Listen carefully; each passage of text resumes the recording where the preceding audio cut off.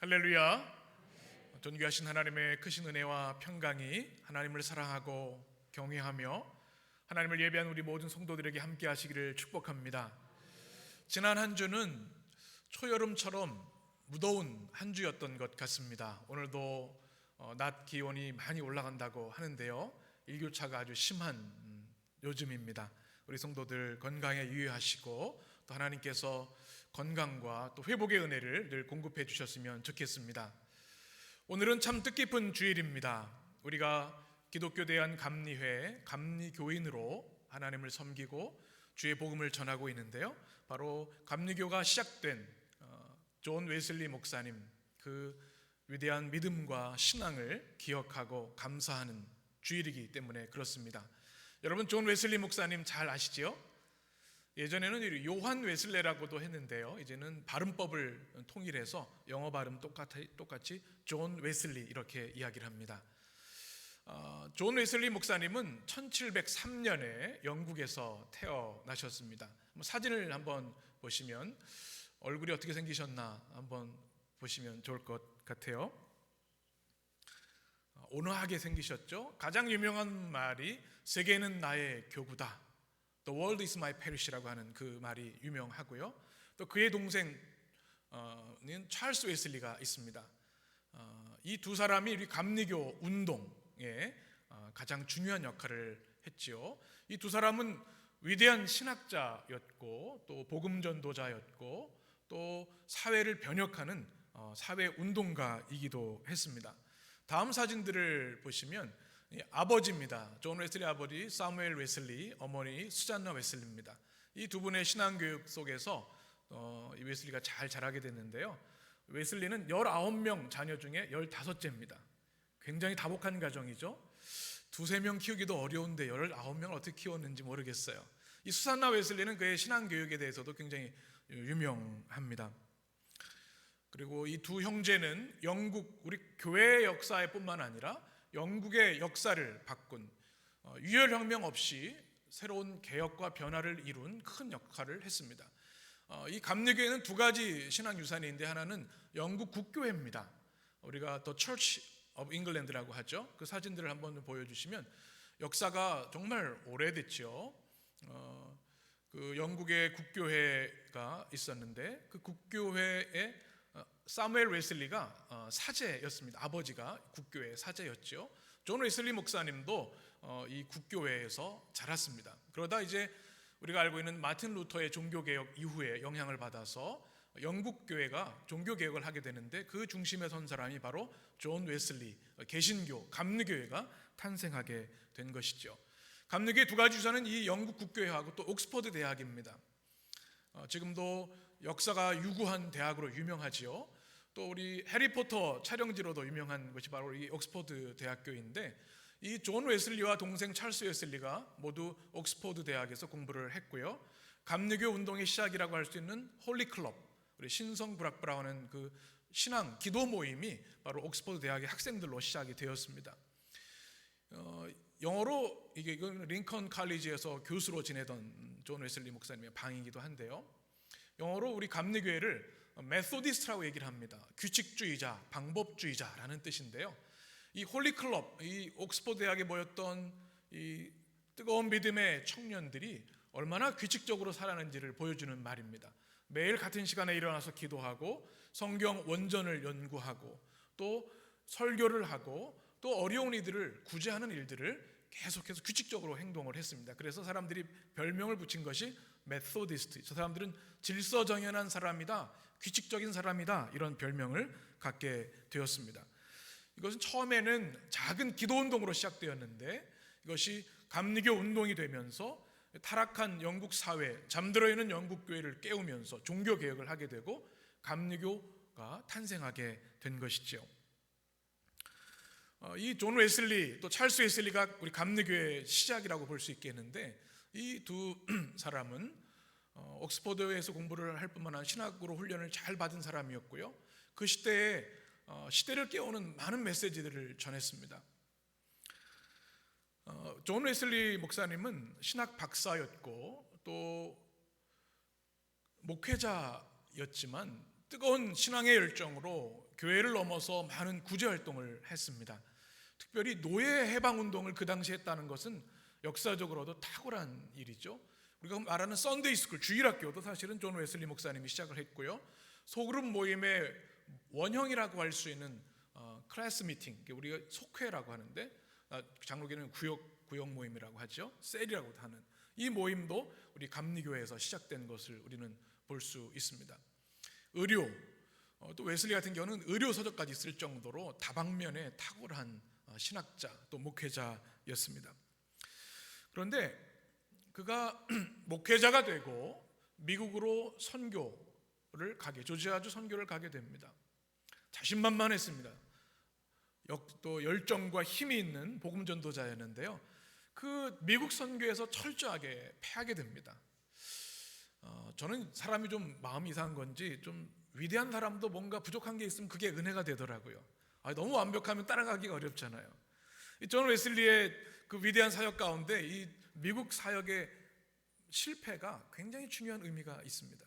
그리고 사랑하는 여인으로부터 배척되게 되는 그런 경험도 미국에서 하게 됩니다. 그는 그의 모든 것이 큰 실망이 되어 다시 영국으로 돌아오게 되는데 1738년이죠. 1738년 5월 24일 실패에 가득한 그 절망적인 마음을 가지고 런던의 올더스 게이트라고 하는 길을 지나다가 기도 모임을 발견하게 됩니다. 우리가 알고 있는 경건주의자인 모라비안 교도들의 기도 모임이었습니다. 거기에 마음이 끌려 참여를 했습니다. 그는 신학자였고 그는 목회자였지만 그렇게 훌륭한 복음 전도를 했음에도 불구하고 그에게는 마음의 평안과 성령의 확신이 없었던 겁니다. 그런데 어떠한 사람이 로마서 서문을 읽고 있을 때 성령의 뜨거운 체험을 합니다. 그날 일기에 존 웨슬리는 이렇게 기록합니다. 나는 내키지 않는 발걸음으로 올더스 게이트 거리로 가서 한 성도 모임에 참석하였다. 거기에서 한 사람이 루터의 로마서 서문을 읽고 있었다. 8시 45분경 그가 그리스도를 믿는 믿음으로 이루어지는 하나님의 변화의 역사에 대하여 설명하고 있을 때 이상하게 내 마음이 뜨거워지는 것을 느꼈다. 나는 내가 구원을 받기 위해 오직 그리스도를 신뢰해야 한다는 것을 느꼈다.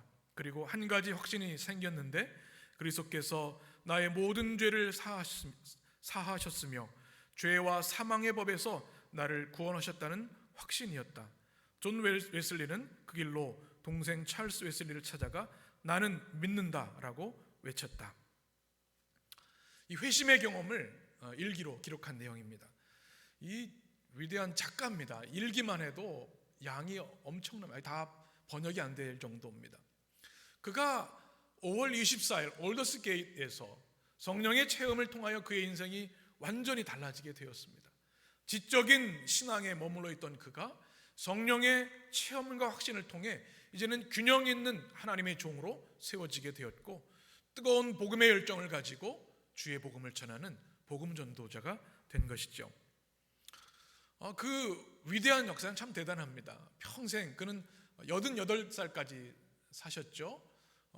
1791년에 소천하게 되는데 마지막 유언으로 우리에게 가장 좋은 것은 하나님이 우리와 함께 하시는 것입니다 라는 유언을 남기고 하나님 품으로 가는 이 88년 동안의 생애를 통해 주의 위대한 역사를 이루었습니다.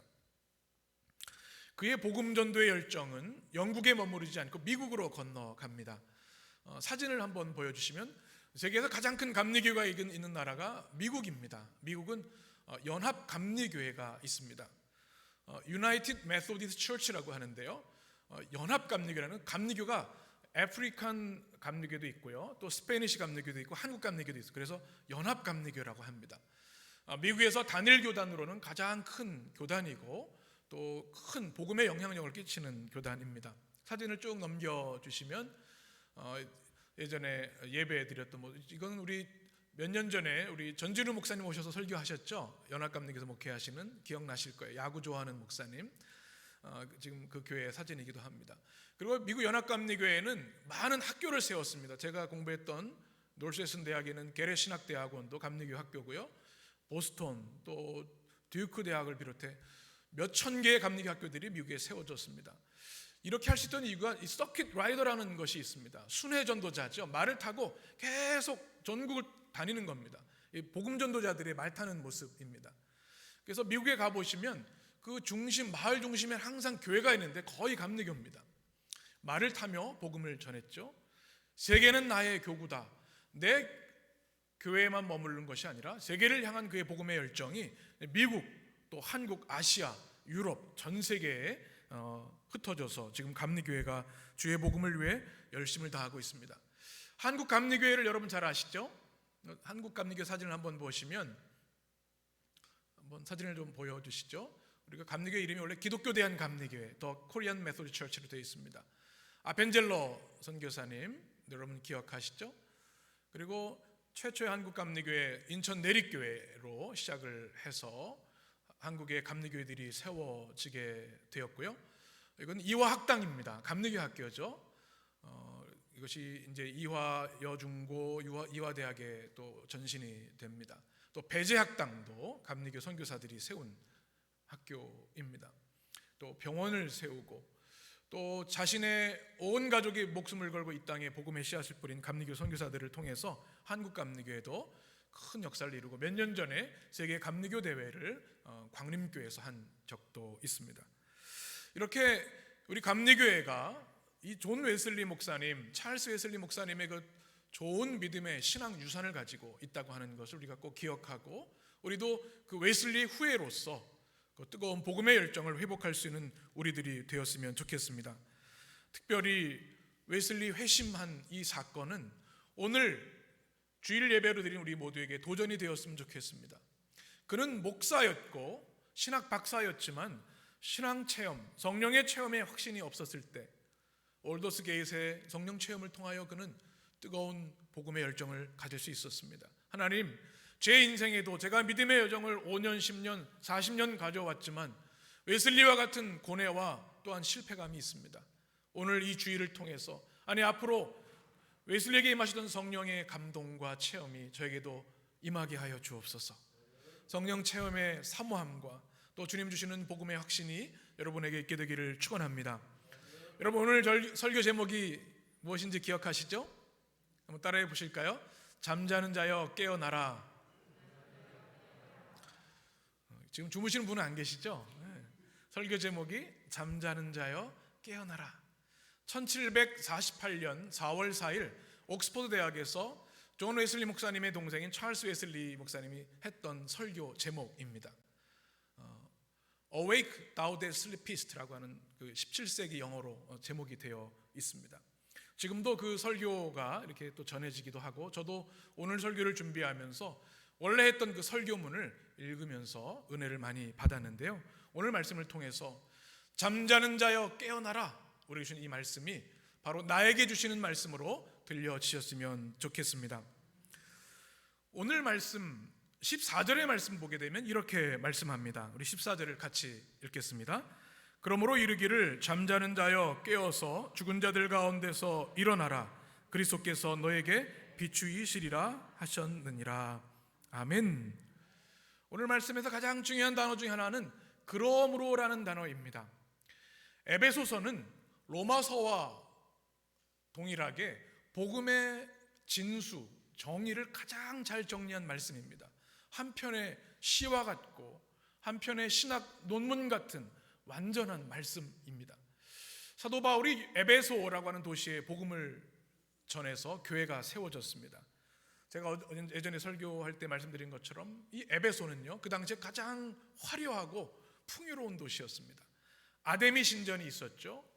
또 우상과 또 온갖 다양한 철학, 거짓 교사들이 가득한 그 도시였는데 그곳에 그리스도의 복음이 심어지면서 세례받고 예수님을 믿는 크리스천들이 하나둘 생기면서 교회가 세워졌습니다. 놀라운 부흥의 역사를 이뤘죠.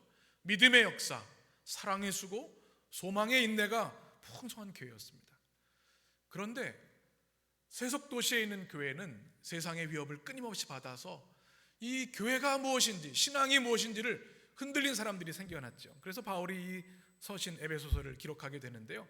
1장에서 3장을 보게 되면 우리가 어떻게 구원을 받았는지, 어떻게 영광스러운 주님의 성도가 되었는지, 교회가 무엇인지에 대한 이론적인 내용들이 기록되어 있습니다.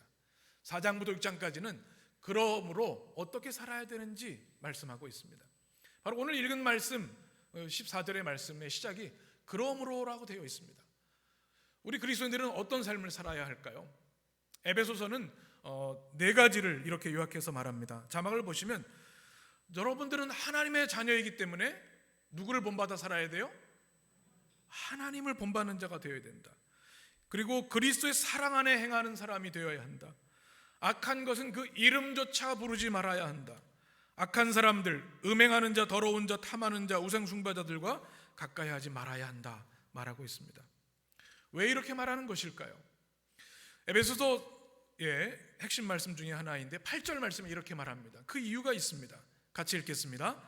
너희가 전에는 어둠이더니 이제는 주 안에서 빛이라. 빛의 자녀들처럼 행하라. 아멘. 왜냐하면 예수님을 믿음으로 인해서 여러분의 신분이 달라졌기 때문에 다른 삶을 살아야 한다는 겁니다.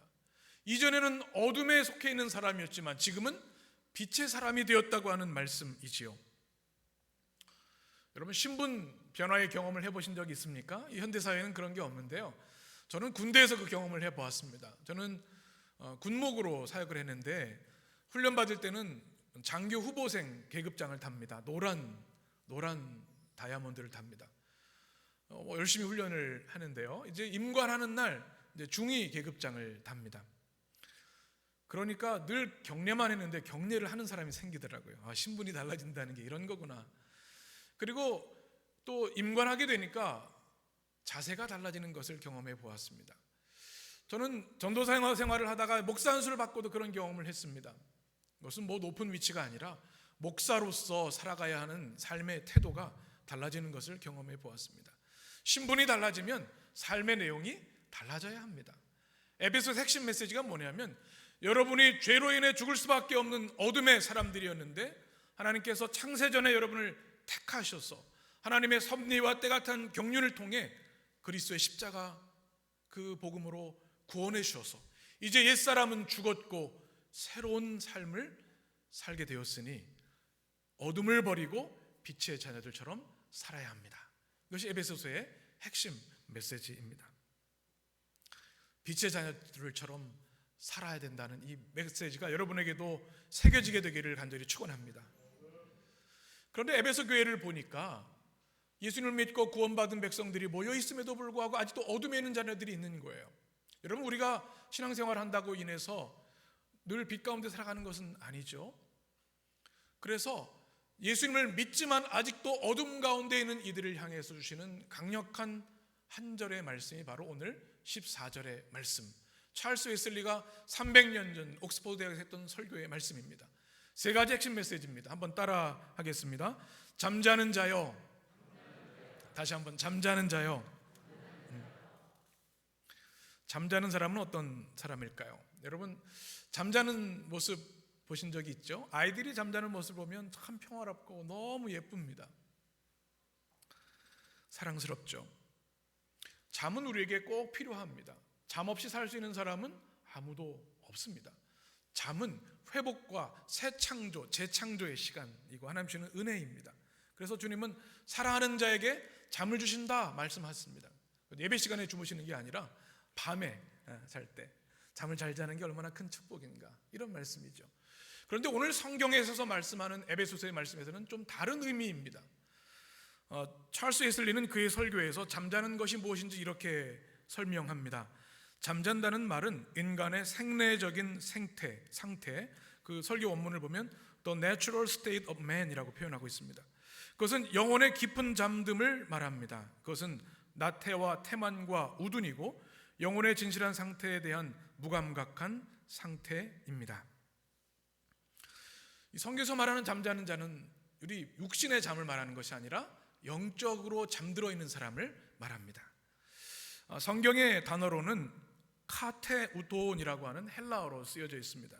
잠에 깊이 빠진 사람, 영적으로 죽음의 상태에 있는 사람, 모두가 육신적으로는 살아있지만 영적으로는 잠든 사람이 있고 영적으로 죽어있는 사람이 있다는 이야기이죠. 사도 바울은 영적으로 잠자는 자들을 향해서 그들의 특징을 이렇게 묘사했습니다. 첫 번째는 영적으로 너희들은 무지하다라는 겁니다. 여러분 사람이 깊은 잠에 들면 밖에서 무슨 일이 일어나는지 모를 경우들이 있어요. 까맣게 잊어버리고 잠드는 경우가 있죠. 우리가 몸은 움직이고 사회생활을 하지만 우리 영혼이 잠들어 있을 때 이 사회 현상들에 대해서 또 주님이 주시는 메시지에 대해서 무지할 수 있다는 이야기입니다.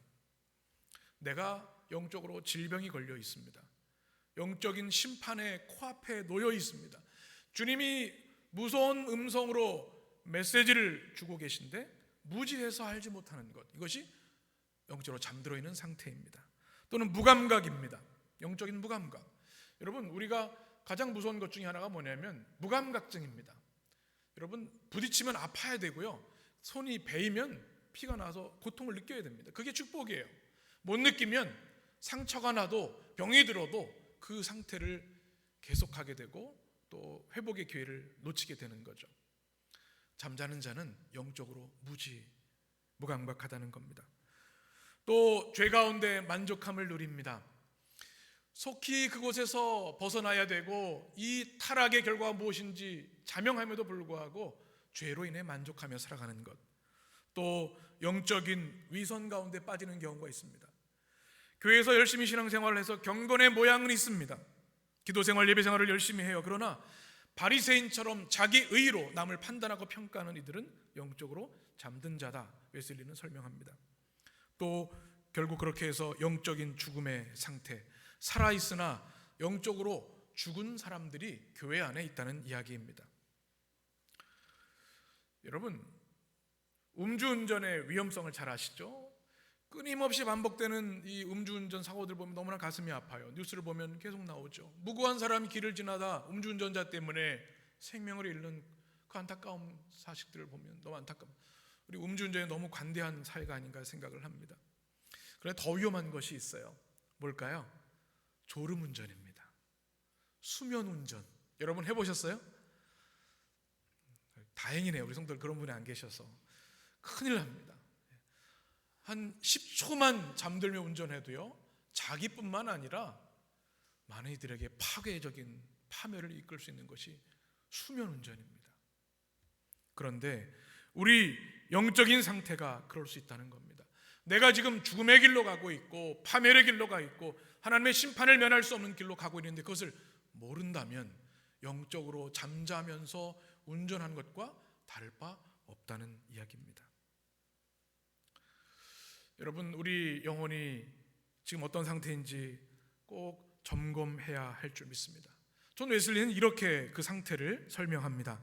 영적으로 잠자는 자들의 상태는 전적인 암흑의 세계요, 그 상태에서는 어두움이 땅을 덮을 것이며 캄캄함이 만민을 가리우는 것입니다. 잠자는 자들은 그가 마땅히 알아야 할 것도 알지 못한 사람입니다. 그러므로 현세에서 해야 할 유일한 일은 그 타락에서 회복하고 하나님의 형상을 다시 회복하는 것입니다. 하나님의 형상의 회복은 내면의 전적인 변화이며 위로부터 탄생입니다. 이것이 없으면 하나님을 뵙지 못합니다.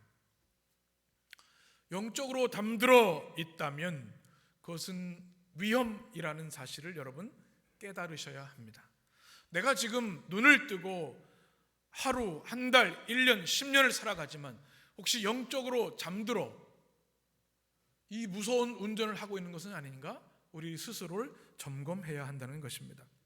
존 웨슬리의 말처럼 우리가 현세에 살아가는 100년의 시간 동안 해야 할 유일한 일은 하나님을 믿고 경외하는 것, 또 우리의 생명이 하나님께 있고 하나님이 주는 구원과 영생, 우리에게 약속하신 하나님 나라의 소망을 붙들고 살아가는 것임을 여러분 깨닫게 되시기를 주의 이름으로 축원합니다.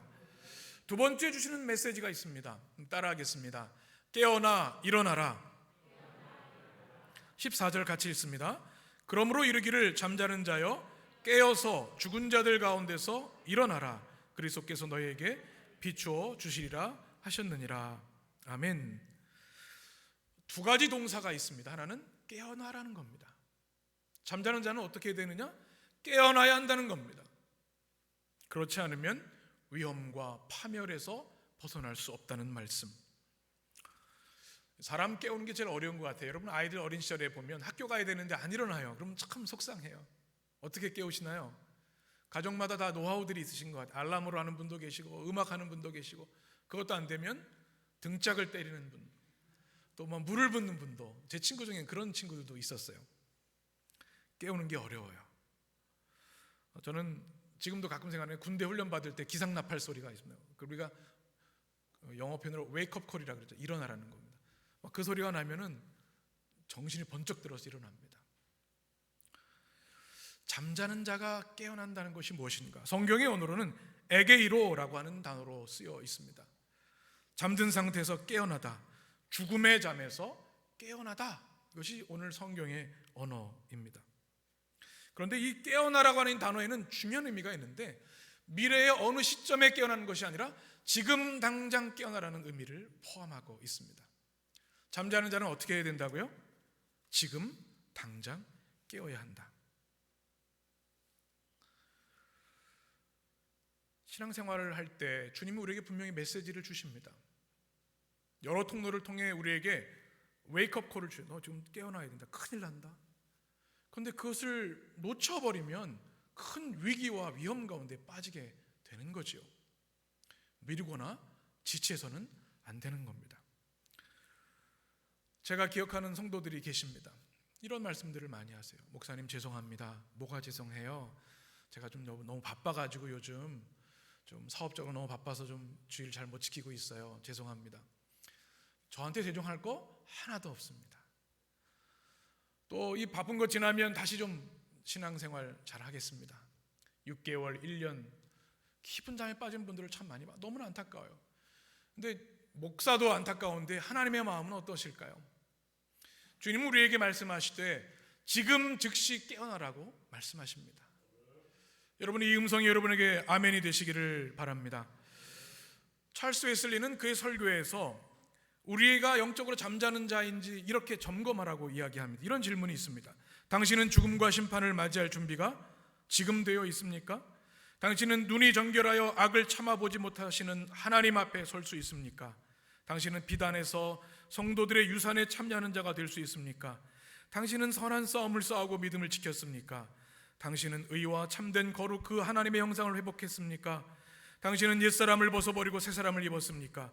당신은 마음을 다하고 목숨을 다하고 뜻을 다하여 하나님을 사랑합니까?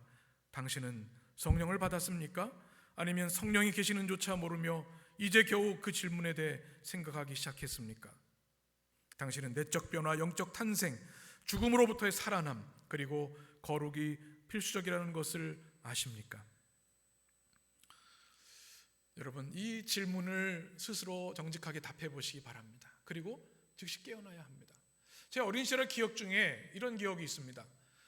연탄가스 때문에 죽은 사람들이 우리 이웃 가운데 있었습니다. 저도 어린 시절 기억을 하면 몇 번 위험한 순간이 있었다고 부모님 얘기하시는 걸 들어봤어요. 예전에 다 연탄을 많이 썼잖아요. 그 연탄가스에 취하면 깨기가 어려워요. 그런데 누가 옆에서 깨워오면 사는 거고요, 못 일어나면 죽는 겁니다. 영적인 잠에서 깨어나는 것도 마찬가지입니다. 영적으로 깨어나라. 이 음성이 여러분에게 도전과 또 결단이 되시기를 축원합니다. 또 주시는 또 한 가지 동사가 있습니다. 한번 따라해 보실까요? 일어나라. 깨긴 깼는데 일어나지 않는 사람들이 있어요. 어떻게 해요? 아침에 깼는데 5분만 더 잘게, 10분만 더 잘게, 이러다가 회사에 늦기도 하고 학교 늦기도 하는 일들이 많죠. 잠자는 것을 깨어나는 게 중요한데요, 더 중요한 게 있어요. 박차고 일어나는 겁니다. 어디서 일어나야 된다고 성경이 말하고 있습니까? 죽은 자들 가운데서 일어나라 말씀합니다. 무슨 말씀입니까? 영적으로 잠자는 들 사이에 있으면요, 우리가 영적으로 잠자는지도 몰라요. 그런데 그 가운데에서 깨어났으면 그들 가운데에서, 영적으로 잠자는 자들 가운데서 일어나라, 죽은 자 가운데서 일어나라. 이것이 바로 이 부활의 의미를 가지고 있는 성경의 언어이기도 합니다. 아나스타라는 단어입니다. 이것도 역시 즉각 일어나라는 말씀입니다. 왜 일어나야 될까요? 그냥 죽은 자들 가운데 누워 있으면 똑같은 운명을 맞이하게 됩니다. 죽음의 상황에서 벗어날 수 없는 거죠. 이사야 51장 17절에 이렇게 말씀하는데요, 같이 읽겠습니다. 여호와 손에서 그의 분노의 잔을 마신 예루살렘이여 깰지어다.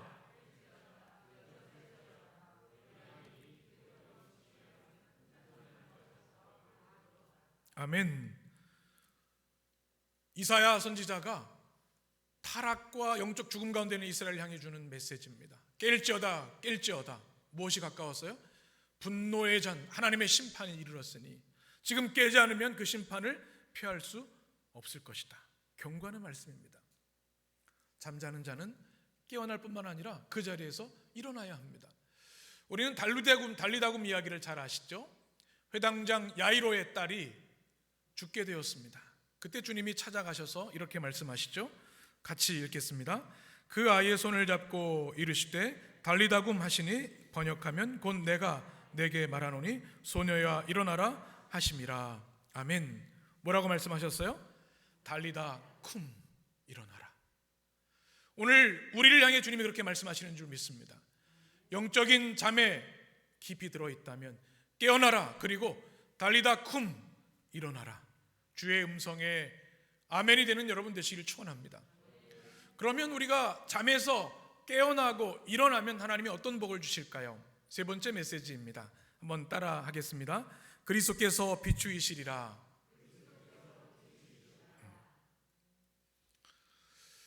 우리는 빛이 없이는 살 수 없는 존재이지요.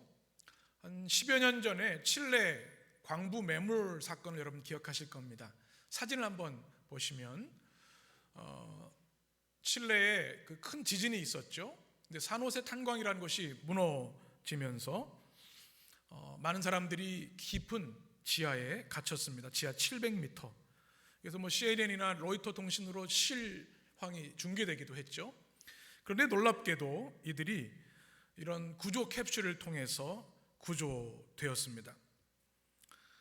그 60 며칠 동안의 그 어둠 속에서 그들이 머물렀는데 가장 큰 두려움이 배고픔도 또 희망 없음보다도 어둠이었다는 고백을 읽어보았습니다. 아무 빛이 없는 절대 흑암의 상태, 극도의 공포고 견디는 것이 너무나 어려웠다. 근데 그 구조를 통해 빛을 보았을 때 그 기쁨과 감격을 많이들이 고백했던 것을 기억합니다. 여러분 정전을 경험해 보신 적이 있습니까? 우리나라는 정전이 거의 없죠. 동파 사건이랑 가끔 사건을 보면 그런 경우가 있는데, 제가 네팔 선교를 가보니까 정기적으로 하루에 4번 정전이 일어나서 그 사람들 놀라지도 않아요. 아, 정전이구나 그래요. 제가 생각하는 서산다 선교사님이라는 그 현지 선교사님 계신데 밤에 정전이 된 거예요. 그러니까 우리 청년들이 깜깜해가지고 막 우왕좌왕 당황합니다. 그런데 이분은 우리 노래합시다 찬양합시다 그래요. 얼마나 평안한지 당연하게 받아들이는 거예요. 근데 불이 딱 들어오면 얼마나 좋은지요. 빛이 참 좋습니다. 여러분 사람이요, 우리 인류가, 아니 모든 생명체가 빛이 없으면 존재할 수 없는 존재입니다. 태양빛이 멈춘다고 생각해 보십시오. 다 얼음 나라가 되겠지요. 아무도, 어떤 생명체도 살 수 없게 될 것입니다. 빛이 중요합니다. 그런데 잠자는 상태에서 깨어나 일어나는 자들에게 주님의 빛을 비추어 주신다. 그 빛이 우리에게 비추어지면 어둠이 물러가고 절망이 물러가고 생명과 축복과 놀라운 은혜가 임하게 되는 것이죠. 시편 36편 9절에 보면 이렇게 말씀합니다. 진실로 생명의 원천이 주께 있사오니 주의 비단에서 우리가 빛을 보리이다. 우리 주님은 생명의 원천이실 뿐만 아니라 빛의 원천이시죠. 시편 50편은 이렇게 말씀하는데요, 우리 같이 읽겠습니다. 전능하신 여호와 하나님께서 말씀하사 해 도는 데서부터 지는 데까지 세상을 부르셨도다. 온전히 아름다운 시온에서 하나님의 빛을 비추셨도다. 아멘. 시편 27편에서 다윗은 이렇게 고백합니다. 우리의 고백으로 읽습니다. 여호와는 나의 빛이요 나의 구원이시니 내가 누구를 두려워하리요. 여호와는 내 생명의 능력이시니 내가 누구를 무서워하리요. 아멘. 우리 주님이 빛을 비춰주시면 그 무엇도 두려워할 것이 없게 되는 것이죠. 우리 주님께서 이 어두운 세상을 살아가는 우리 성도들에게 생명의 빛, 구원의 빛, 치료의 빛을 비춰주시기를 주님의 이름으로 간절히 축원합니다.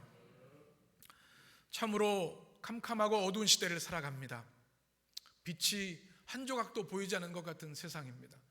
매일 들려오는 사건 사고들을 보면 전쟁과 폭력과 불의와 살인과 말할 수 없는 죄악의 이야기들이 들려옵니다. 그럴 때 우리의 기도, 주님, 주님의 빛을 내 영혼에, 우리 가정에, 우리 교회에 비춰 주시옵소서. 주님의 빛이 비출 때 어둠은 물러가고 죽은 것이 살아나고 회복되기 때문인 줄 믿습니다. 저는 존 웨슬리 회심 기념 주일을 맞으면서 4가지 기도를 하나님께 드렸습니다. 오늘 말씀을 마치면서 이 4가지 기도를 여러분과 같이 나누기를 원하고 함께 이 기도 제목 붙들고 기도했으면 좋겠습니다. 한번 따라하겠습니다. 웨슬리의 믿음과 열정. 여러분, 오늘 존 웨슬리, 찰스 웨슬리 목사님의 이야기를 들으니까 도전이 되시죠? 그 열정이 참 대단합니다. 존 웨슬리 목사님은 시그니처 포즈가 있는데요, 말 타는 모습입니다. 사진을 한번 보여주시면 우리 감리교의 상징이 말 타고 있는 존 웨슬리입니다. 손에 뭘 들고 있어요? 성경입니다. 말을 타면서 성경 읽기 참 쉽지 않을 텐데, 그 다음 사진도 보시면 영화에 보면 이렇게 늘 성경을 품고 사셨던, 그 별명이 바이블 웜, 성경 벌레일 정도로 말씀을 붙들고 사셨습니다. 찰스 웨슬리는요, 천재적인 찬송 작가였습니다. 시인이었고요, 1100편이 넘는 찬송시를 작사했고요, 오늘 우리가 부른 모든 찬송이 찰스 웨슬리 목사님이 쓰신 작사의 찬송입니다. 이 말씀과 찬양의 영성이 여러분에게 회복되기를 축원합니다. 두 번째는 한번 따라해 볼까요? 100명의 웨슬리. 제 기도입니다. 제가 기도하는 것이 우리 교회 300명의 신실한 예배자를 주시옵소서 하는데요, 우리 교회 100명의 웨슬리가 세워지면 못할 일이 없을 것이라 생각이 됩니다. 존 웨슬리 목사님은 하나님께 늘 이런 기도를 드려서, 하나님을 진실로 경외하는 자 100명을 주시면 온 세계를 주님께 바치겠습니다. 제가 존 웨슬리보다 더 큰 기도를 하고 있죠. 웨슬리 100명이면 어떤 역사가 일어날까요? 우리 교회 그 역사를 이루어 주실 줄 믿습니다. 또 하는 기도가 있습니다. 같이 따라해 볼까요? 깨어있는 교회. 잠자는 교회가 되어서는 안 될 줄 믿습니다. 잠자는 자여 깨어나라, 일어나라, 죽은 자들 가운데 일어나라 말씀합니다. 우리가 깨어서 이 시대에 주신 주님의 말씀을 붙들고 주님의 사명을 감당하는 교회가 되어야 될 줄 믿습니다. 4번째 기도 제목 한번 같이 읽겠습니다. 주님의 빛이 충만한 교회. 무엇이 충만해요? 여러분, 우리가 어떻게 주님의 빛을 받을 수 있을까요? 비칠 수 있을까요? 충만할 수 있을까요? 먼저 우리 각자가 주님의 빛을 사모해야 합니다. 어둠을 버리고 빛 가운데 나와야 합니다. 주님의 빛을 간구해야 합니다. 그래서 우리는 끊임없이 예배하고 말씀과 기도를 붙잡는 것이죠. 주님의 빛을 받는 겁니다. 그리고 우리 스스로가 빛을 한 사람 한 사람 발해야 합니다. 제가 시카고에 처음 갔을 때 가장 좋았던 것이, 그 도시인데도 반딧불이 있더라고요. 여러분, 반딧불 보신 적 있습니까? 요즘 도시 보기 참 어려운데요, 사진을 한번 보시면 반딧불 하나는 아주 작은 빛을 비춥니다. 근데 이것이 모이게 되면요, 너무나 아름다운 빛이 되고 이 빛 안에서 책도 읽을 수 있고 활동할 수 있을 정도가 되죠. 우리 하나는 작은 빛이지만 교회로 모여서 주의 빛을 우리가 발할 때 아름다운 역사를 이루게 되는 줄 믿습니다. 제 카카오톡 프로필에 있는 사진이 하나 있습니다. 제가 좋아하는 사진인데요, 등대 사진입니다. 한번 보여주시면 어두움을 비추는 이 복음의 등대, 참 멋있죠? 길을 잃고 잠자고 있는 영혼들을 깨워서 주님의 진리 가운데를 이끌어가는 주님의 빛이 충만한 교회가 될 수 있도록 여러분 함께 기도해 주시기를 바랍니다. 4가지 기도. 웨슬리의 믿음과 열정을 내게 주시옵소서. 우리 교회 100명의 웨슬리를 주시옵소서. 주님, 우리가 깨어있는 성도, 깨어있는 교회 되게 하여 주옵소서. 주님, 우리 교회가 주님의 빛으로 충만한 교회 되게 하여 주옵소서. 그렇게 기도하며 나아가 웨슬리 목사님의 그 위대한 복음의 열정과 헌신을 계승해서 주님의 나라 위하여 쓰임받는 우리 모든 성도들 되시기를 주님의 이름으로 축원합니다. 기도하겠습니다.